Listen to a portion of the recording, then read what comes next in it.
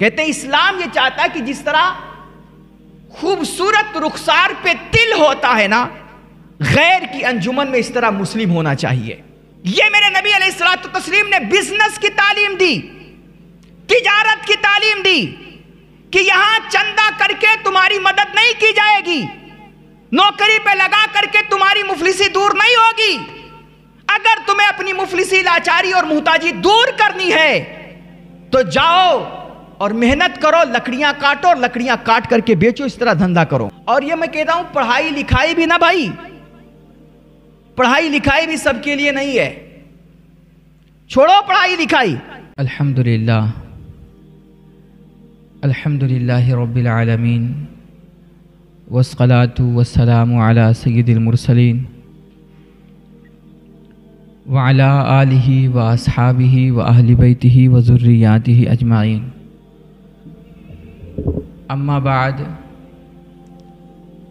فاعوذ باللہ من الشیطان الرجیم، بسم اللہ الرحمن الرحیم۔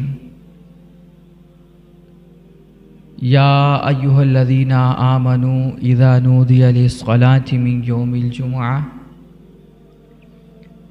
یوم الجمعة فاسعوا الی ذکر اللہ وذروا البیع ذالکم خیر لکم ان کنتم تعلمون۔ فَإِذَا قُضِيَتِ الصَّلَاةُ فَانتَشِرُوا فِي الْأَرْضِ وَابْتَغُوا مِنْ فَضْلِ اللَّهِ وَاذْكُرُوا اللَّهَ كَثِيرًا لَعَلَّكُمْ تُفْلِحُونَ۔ وقال الله تعالى في كلمة أخرى: ليس عليكم جناح أن تبتغوا من فضل الله فإذا أفضتم من عرفات فاذكروا الله عند المشعر الحرام۔ وقال النبی صلی اللہ تعالی علیہ وآلہ وسلم: المؤمن القوی خیر واحب الی اللہ من المؤمن الضعیف۔ صدق اللہ العظیم وصدق رسولہ النبی الامین المکین الکریم، ونحن علی ذلک لمن الشاہدین والشاکرین، والحمد للہ رب العالمین۔ درود پاک پڑھیں، اللہم صلی علی سیدنا شفیعنا مولانا محمد بارک وسلم، صلاۃ و سلاما دائما علیک حبیبی یا رسول اللہ، وعلی آلک و اصحابک یا حبیب اللہ صلی اللہ تعالی علیہ وآلہ وسلم۔ حضرات گرامی، گزشتہ ہفتے میں نے آپ حضرات سے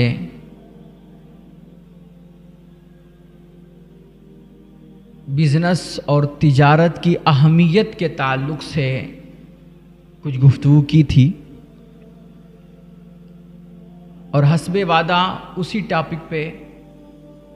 مزید کچھ گفتگو کرنے کا ارادہ ہے۔ میں نے آپ حضرات سے عرض کیا تھا کہ آج بھی اس دنیا میں کچھ لوگ پائے جاتے ہیں، ایک طبقہ ہے جس کا نظریہ ہے کہ یہ دنیا مایا کا جال ہے، لہٰذا اس دنیا میں تم بائی پاس گزر جانا،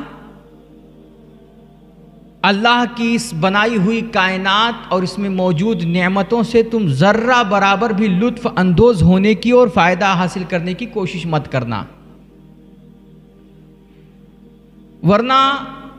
ان کے نزدیک یہ دنیا ایک ڈائن ہے،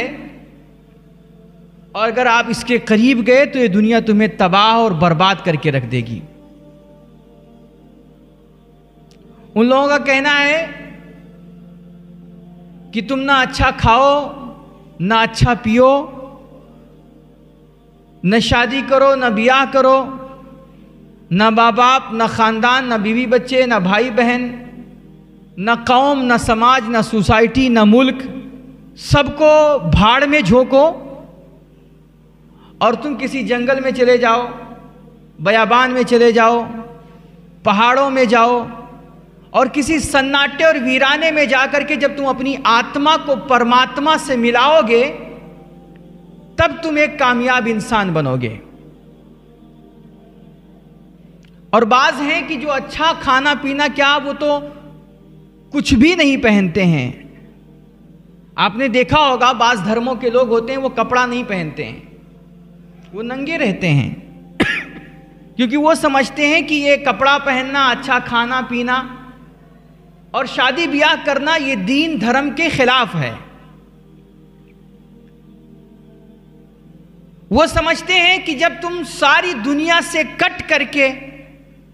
اپنی سوسائٹی سے، اپنے سماج سے جدا ہو کر کے جب جنگلوں بیابانوں میں جا کر کے زندگی گزارو گے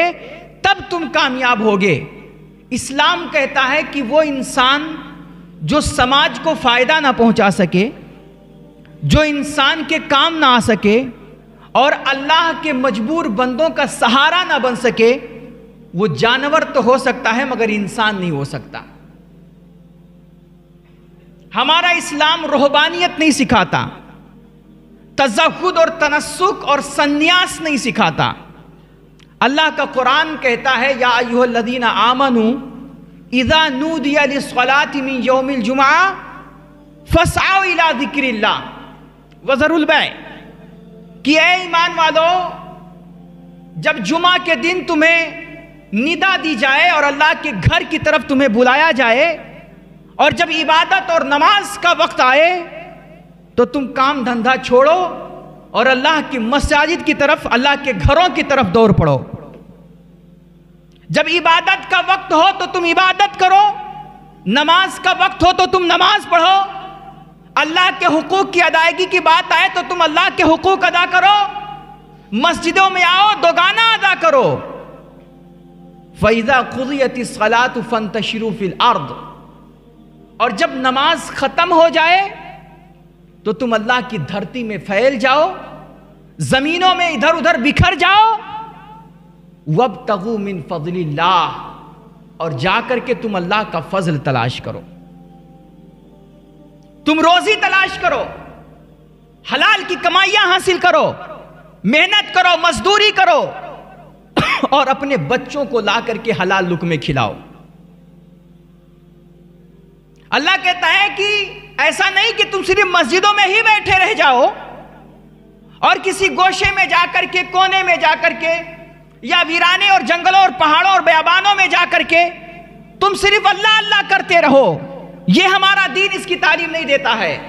ہمارا دین کہتا ہے کہ جب نماز کا وقت ہو تو تم نماز ادا کرو اور باقی نماز سے فارغ ہو جاؤ، خالی وقت میں اللہ کی دھرتی میں جا کر کے تم حلال رزق تلاش کرو، کمائیاں حاصل کرو، محنت کرو، مزدوری کر کے اپنے بچوں کو اچھا جائز اور حلال لقمہ لا کر کے کھلاؤ۔ کہتے ہیں صحابہ کرام علیہم الرضوان یہ حج کرنے جب جاتے تھے تو ان کے دل میں خیال آتا کہ یار حج کرنے جا رہے ہیں، مدینے سے مکہ جا رہے ہیں، یا الگ الگ جگہوں سے لوگ پوری دنیا سے آتے تھے خانہ کعبہ کا حج کرنے، تو پوری دنیا کے گوشے گوشے سے سارے مسلمان آ کر کے اکٹھا ہوتے تھے مکہ مکرمہ میں۔ تو بعض صحابہ کرام یہ سوچتے کہ یار اب ہم مدینے سے مکہ جا رہے ہیں، تو وہ غور کرتے دیکھتے کہ مکہ میں کون سی ایسی چیز ہے جو مدینے میں نہیں ہے۔ تو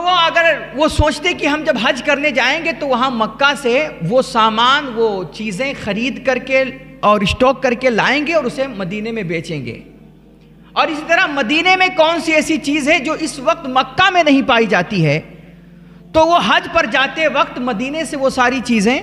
اپنے ساتھ لے کر کے جاتے تھے اور کہتے تھے وہیں حج کریں گے اور ساتھ ہی ساتھ تجارت بھی کر لیں گے، اور مکے والوں کو جن چیزوں کی ضرورت ہوگی، جو چیزیں اس وقت مکہ میں نہیں پائی جاتی ہیں، ہم مدینے سے لے جا کر کے ان کو بیچ دیں گے۔ اس طرح عبادت بھی ہو جائے گی اور تجارت بھی ہو جائے گی۔ یا پھر پوری دنیا کے سارے مسلمان اکٹھے ہوں گے، گوشے گوشے سے لوگ الگ الگ جگہوں سے آئیں گے، ملکوں سے لوگ آئیں گے،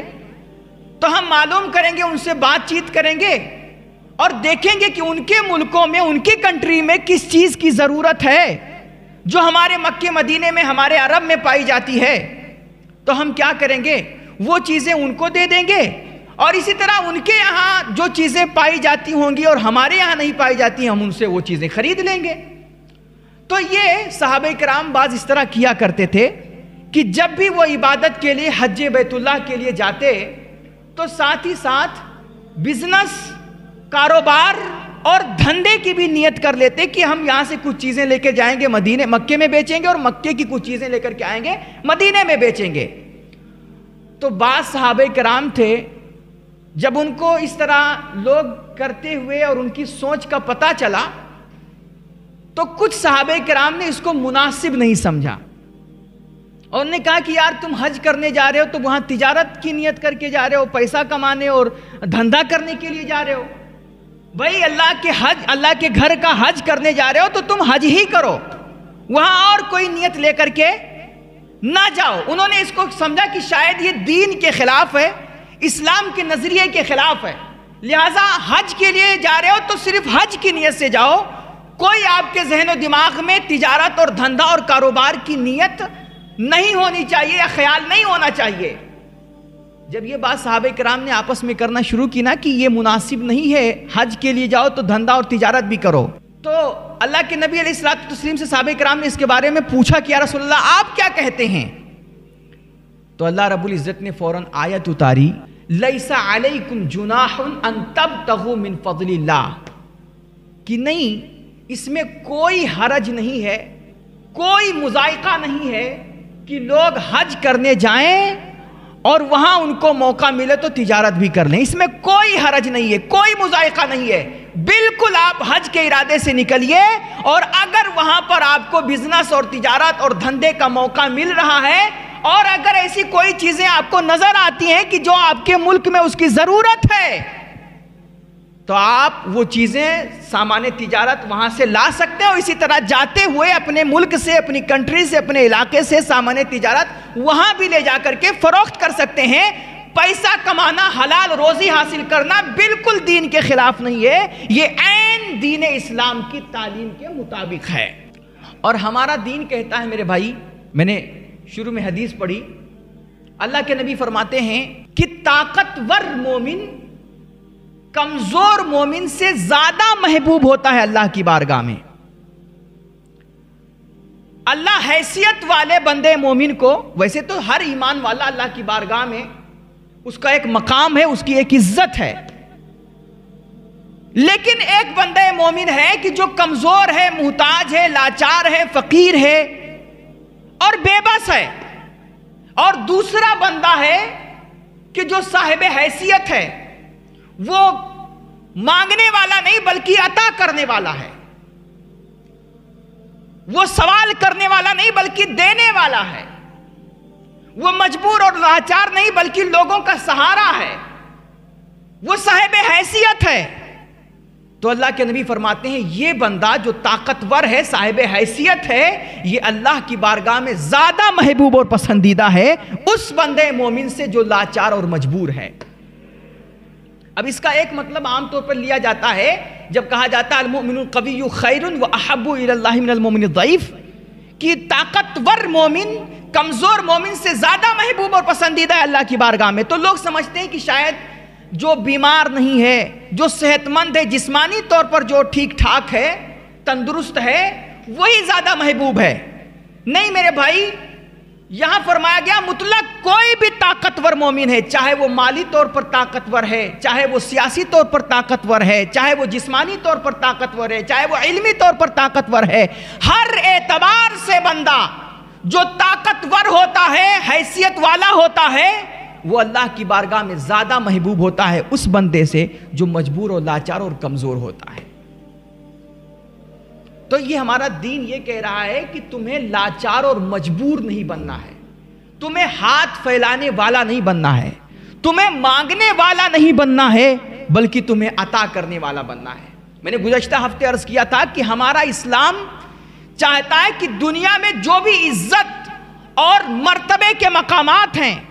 جو بھی سب سے بلند اور بالا عظمتوں والے جو جگہیں ہیں، اسلام چاہتا ہے کہ بندے مومن اسلام کا کلمہ پڑھنے والا اس مقام پر ہو. کہتے ہیں اسلام یہ چاہتا ہے کہ جس طرح خوبصورت رخسار پہ تل ہوتا ہے نا، غیر کی انجمن میں اس طرح مسلم ہونا چاہیے. ایسی حیثیت اور ایسی عزت اور ایسا وقار وہ بنا کر کے رکھے، کسی کے سامنے مجبور ہو کر کے، لاچار ہو کر کے وہ بالکل زندگی نہ گزارے. ایک دفعہ میں نے آپ حضرات سے عرض کیا تھا کہ ایک شخص اللہ کے نبی علیہ الصلوۃ والتسلیم کی بارگاہ میں آیا. وہ بڑا لاچار تھا، صحابی رسول تھے، گھر میں فاقہ چل رہا تھا اور بڑی غربت کے وہ شکار تھے. تو اللہ کے نبی کی بارگاہ میں آئے اور انہوں نے آ کر کے عرض کیا کہ یا رسول اللہ، گھر میں فاقہ چل رہا ہے اور غریبی بالکل جو ہے ہمیں تباہ کیے دے رہی ہے اور گھر میں کچھ نہیں بچا ہے، بہت پریشان حال ہوں، یا رسول اللہ کچھ ہماری مدد فرمائیے. یعنی کہ گویا وہ سوال کرنے آئے تھے، بھیک مانگنے آئے تھے. دیکھیے ہمارے اسلام کا مزاج دیکھیے. انہوں نے آ کر کے جب اپنی غربت کی اور فاقہ کشی کی شکایت کی اللہ کے نبی کی بارگاہ میں، تو اللہ کے نبی چاہتے تو کہہ سکتے تھے کہ چلو بھائی سارے صحابہ کچھ تھوڑا بہت دو اور ان کی مدد کرو اور ان کو چندہ دے کر کے ان کی ضرورتیں پوری کرو. چاہتے تو کروا سکتے تھے، یا چاہتے تو کہتے کہ بھائی چلو تم کوئی جاب کر لو اور کسی صحابی سے کہہ دیتے. حضرت عثمان غنی سے حضرت عبد الرحمن بن عوف، بڑے بڑے صحابہ تھے، حضرت ابوبکر صدیق، یہ بڑے بڑے تاجر اور بزنس مین تھے، صاحب حیثیت تھے سارے لوگ.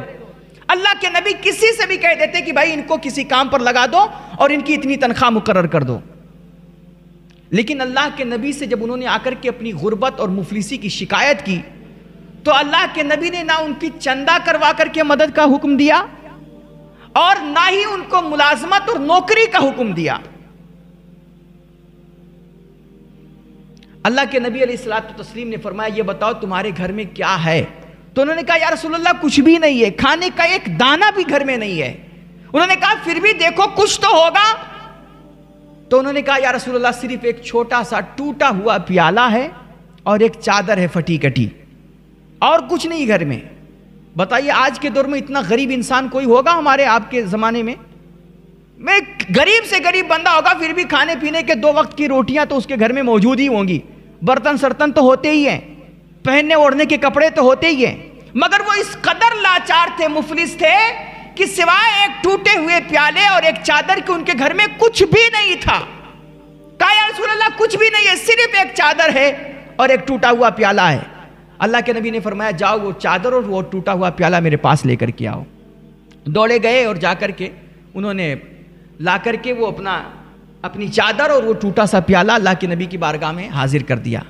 اللہ کے نبی نے فرمایا بتاؤ بھائی، صحابہ کو مخاطب کیا، کہا اس کو کون خریدے گا؟ اب وہ ٹوٹا ہوا پیالہ اور کٹی پھٹی چادر کون خریدے؟ لیکن چونکہ اللہ کے نبی فرما رہے ہیں کہ کون خریدے گا، تو صحابہ میں سے ایک صحابی اٹھے اور انہوں نے کہا یا رسول اللہ میں 1 درہم میں اس کو خریدنا چاہتا ہوں. میرے نبی نے فرمایا نہیں 1 درہم کافی نہیں ہے، اور کوئی ریٹ بڑھائے. تو ایک دوسرے صحابی اٹھے، انہوں نے کہا یا رسول اللہ میں بہت زیادہ تو اس کو 2 درہم میں خرید سکتا ہوں بس. تو میرے نبی نے فرمایا ٹھیک ہے اس کو اپنے حوالے، اور کہا 2 درہم لاؤ. ان سے 2 درہم لیا اور وہ ٹوٹا ہوا پیالہ اور وہ چادر ان کے حوالے کر دی. اور یہ 2 درہم انہوں نے، جو غریب تھے، جو کہہ رہے تھے کہ میں بہت غریب ہوں، لاچار ہوں، جنہوں نے شکایت کی تھی اپنی غربت کی، ان کو 2 درہم دیا اور کہا 1 درہم سے جاؤ پہلے کھانا خرید کے لاؤ اور اپنے بچوں کا پیٹ بھرو، اور 1 درہم سے جاؤ تم کڑھالی خرید کر کے لاؤ. انہوں نے جا کر کے 1 درہم سے کھانا خریدا، بچوں کا بھوک مٹایا، پیٹ بھرا، اور 1 درہم سے گئے اور کلہاڑی خرید کے لے آئے. صرف 1 درہم کی صرف کلہاڑی ملی، دستہ اس میں دستہ نہیں تھا. اللہ کے نبی علیہ الصلوۃ والتسلیم نے اس کلہاڑی میں دستہ اپنے دستے مبارک سے لگایا اور فرمایا جاؤ تم جنگل میں جا کر کے اس کلہاڑی سے لکڑیاں کاٹو اور وہ لکڑیاں کاٹ کاٹ کر کے بیچو، اور سوائے 5 وقتہ نمازوں کے مجھے تم اب نظر مت آنا، مسجد میں بیٹھ کر کے وظیفے اور اللہ اللہ مت کرنا. آؤ نماز پڑھو، فریضہ ادا کرو، اور نماز پڑھ کر کے مسجدوں سے باہر نکل جاؤ اور جاؤ جنگلوں میں خون پسینہ بہاؤ، محنتیں کرو، لکڑیاں کاٹو اور اسے ان لکڑیوں کو لے جا کر کے بستیوں میں بیچو. یہ میرے نبی علیہ الصلوۃ والتسلیم نے بزنس کی تعلیم دی، تجارت کی تعلیم دی کہ یہاں چندہ کر کے تمہاری مدد نہیں کی جائے گی، نوکری پہ لگا کر کے تمہاری مفلسی دور نہیں ہوگی۔ اگر تمہیں اپنی مفلسی، لاچاری اور محتاجی دور کرنی ہے تو جاؤ اور محنت کرو، لکڑیاں کاٹو اور لکڑیاں کاٹ کر کے بیچو، اس طرح دھندا کرو۔ کہتے ہیں وہ صحابی مسجد سے نکلے اور 15 دن تک، کہتے ہیں صرف 15 دن تک انہوں نے کڑی محنت کی، آتے نماز پڑھتے، جنگل میں چلے جاتے، لکڑیاں کاٹتے، بیچتے۔ 15 دن کے بعد وہی صحابی بارگاہ رسالت میں دوبارہ حاضر ہوئے تو اب چہرہ بڑا کھلا ہوا تھا اور بڑا مسکرا رہے تھے۔ میرے نبی نے پوچھا کہ آج بڑا مسکرا رہے ہو، کیا معاملہ ہے؟ انہوں نے آ کر کے عرض کیا، یا رسول اللہ، آپ نے جو بزنس سکھائی ہے، اللہ کی قسم 15 دن تک میں نے لکڑیاں کاٹ کر کے بیچی ہیں، آج اللہ نے اتنا نوازا ہے کہ گھر میں گلے بھی، راشن بھی بھر چکے ہیں، بچوں کے کپڑے بھی آ چکے ہیں، میں نے بھی نئی نئی چادریں خرید لی ہیں۔ اور پھر جیب میں سے انہوں نے کچھ سکے نکالے، درہم نکالے، اور اسے اللہ کے رسول علیہ الصلوۃ والتسلیم کی بارگاہ میں اسے پیش کیا اور کہا، یا رسول اللہ، یہ میری طرف سے کچھ سکے ہیں، اسے اللہ کی راہ میں قبول فرما لیجئے۔ مطلب جو آئے تھے مانگنے کے لیے، جب انہوں نے 15 دن تک محنت کی اور بزنس کیا تو جو مانگنے آئے تھے اب وہ دینے والے بن گئے، اب وہ اللہ کی راہ میں خرچ کرنے والے بن گئے۔ تو بزنس میں برکتیں ہیں، تجارت میں برکتیں ہیں، اور تجارت اور بزنس کی تعلیم ہمارا قرآن دیتا ہے، ہمارے نبی کی حدیثیں دیتی ہیں، اور ہمارے نبی علیہ الصلوۃ والتسلیم کا عمل ہمیں اس کی تعلیم دیتا ہے۔ اس لیے میرے بھائیوں، آج کے دور میں مسلمانوں، آپ دیکھتے ہو نا، آج جانتے ہو نا، یہ اسرائیل کو تو صرف ہم لان تان کرتے ہیں، برا بھلا کہتے ہیں، صرف گالیاں دیتے ہیں، لیکن اسرائیل سے کچھ سیکھتے نہیں ہیں ہم۔ میرے بھائی، دشمن کو صرف گالیاں نہیں دی جاتی ہیں، دشمن سے بہت ساری چیزیں سیکھی بھی جاتی ہیں۔ آج اتنا چھوٹا سا اسرائیل ہے، اتنا چھوٹا سا، کوئی حیثیت نہیں ہے۔ ہمارے ضلع میں جتنی آبادی، اتنی آبادی پورے اسرائیل کی بھی نہیں ہے۔ ایک ضلع میں جتنا ہمارے یہاں لوگ رہتے ہیں، اتنا چھوٹا سا اسرائیل آج پوری دنیا میں وہ سپر پاور مانا جاتا ہے، اور پوری دنیا کو اس نے ہلا کر کے رکھا ہے۔ جانتے اتنا سپر پاور کیوں بنا اسرائیل؟ جانتے اس کے اندر اتنی طاقت کیسے آئی؟ میرے بھائی، اس نے دنیا کی اکونومی پہ قبضہ جمایا ہے، اس نے بزنس کیا ہے، اس نے تجارت کو پرموٹ کیا ہے، اور اپنے ایک ایک فرد کو اتنا مضبوط کیا ہے معاشی طور پر کہ آج پوری دنیا کی اکونومی پہ اسرائیل کا قبضہ ہو چکا ہے۔ کوئی آج اس کے سامنے سر اٹھا کر کے بات کرنے والا نہیں ہے۔ اگر تمہیں مضبوط بننا ہے مسلمانوں، اور تم چاہتے ہو کہ تمہیں بھی حیثیت ملے، عزت ملے، اور تمہاری سماج اس طرح جگہ جگہ رسوا اور ذلیل و خوار نہ بنے،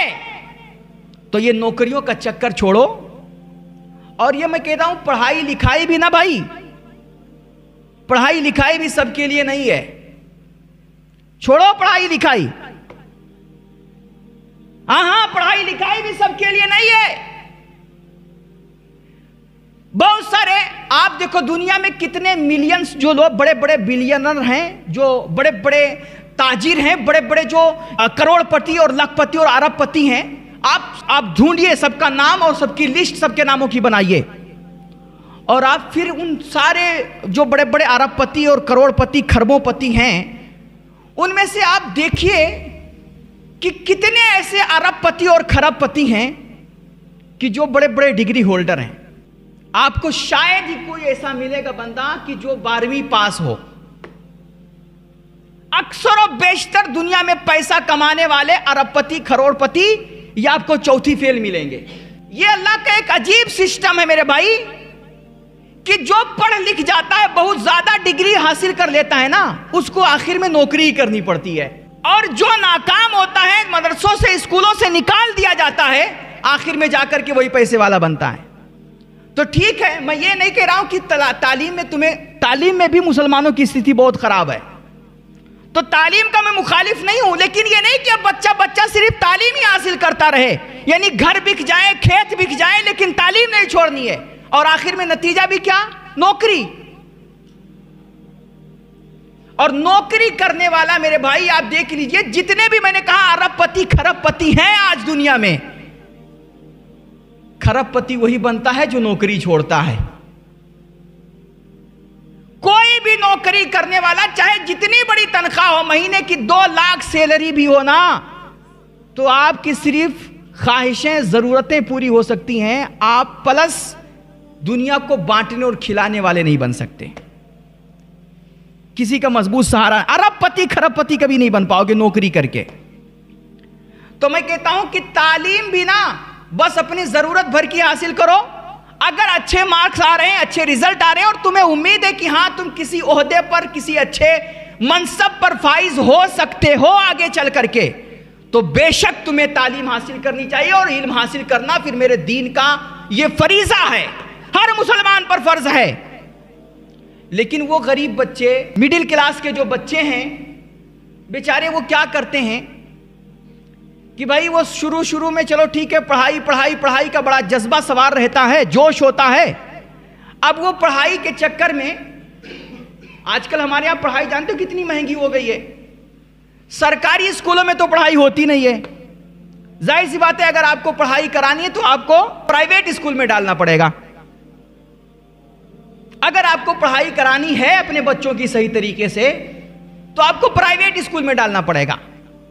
اور پرائیویٹ اسکول کا معاملہ کیا ہے میرے بھائی کہ پرائیویٹ اسکول آج کل تعلیم گاہ نہیں بلکہ وہ بھی بزنس گاہ، تجارت گاہ بن چکے ہیں۔ اتنی مہنگی کتابیں اور اتنا مہنگا کورس کہ عام غریب جو مڈل کلاس کا بندہ ہوتا ہے نا، وہ بہت زیادہ تو 10ویں 12ویں تک، اس کے بعد اس کی بھی ہمت جواب دے بھائی بس اب نہیں پڑھا سکتے اپنے بچے کو۔ نتیجہ یہ ہوتا ہے کہ نہ خدا ہی ملا، نہ وصال صنم، نہ ادھر کے رہے نہ ادھر کے رہے، یعنی کہ جو پونجی تھی وہ بھی کورس میں لگا دیا، خرید لیا اس سے، اور آخر میں اب ہمت جواب دے گئی، کوئی اور راستہ بچا نہیں کیونکہ مہنگی اتنی تعلیم، تو اس نے کہا کہ بھئی یہ پڑھائی لکھائی چھوڑو، چلو گلاس دھو،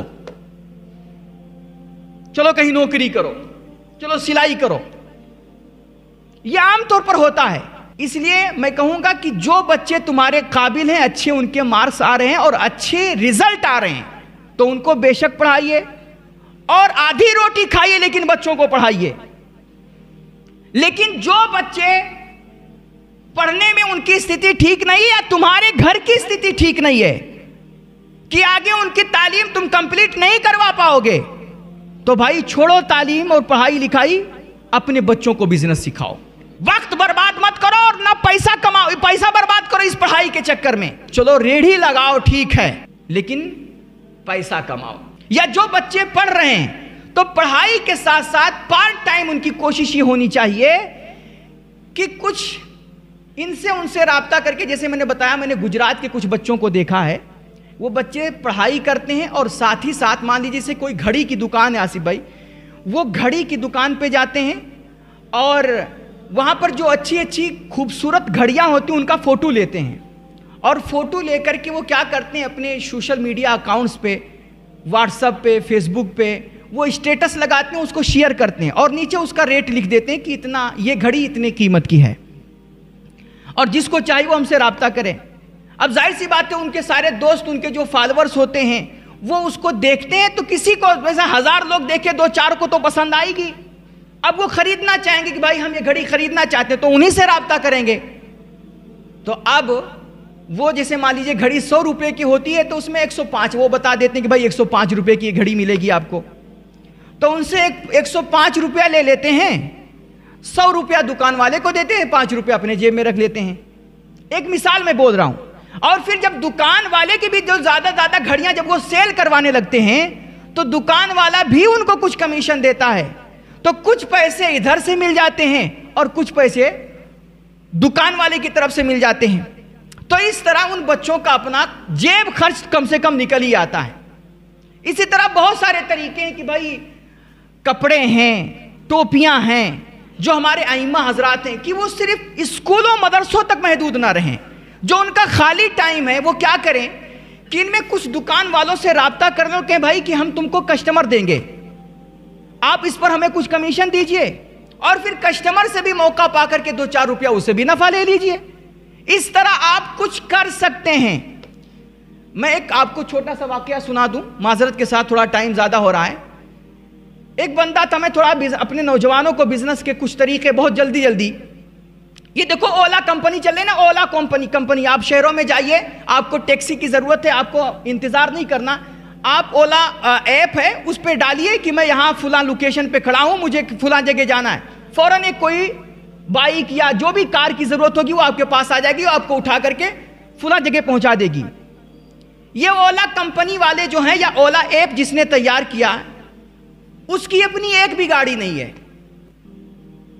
گاڑی آپ کی ہوگی, ڈرائیونگ بھی خود ہی کرو گے, پیٹرول بھی آپ کا لگے گا. بس صرف اولا والے نے کیا کر دیا, ایک پلیٹ فارم دے دیا, ایک ایپ دے دیا, ایسا تیار کر دیا, پیسہ کچھ بھی نہیں لے, انویسٹ کچھ بھی نہیں کیا, صرف ایک پلیٹ فارم دے دیا.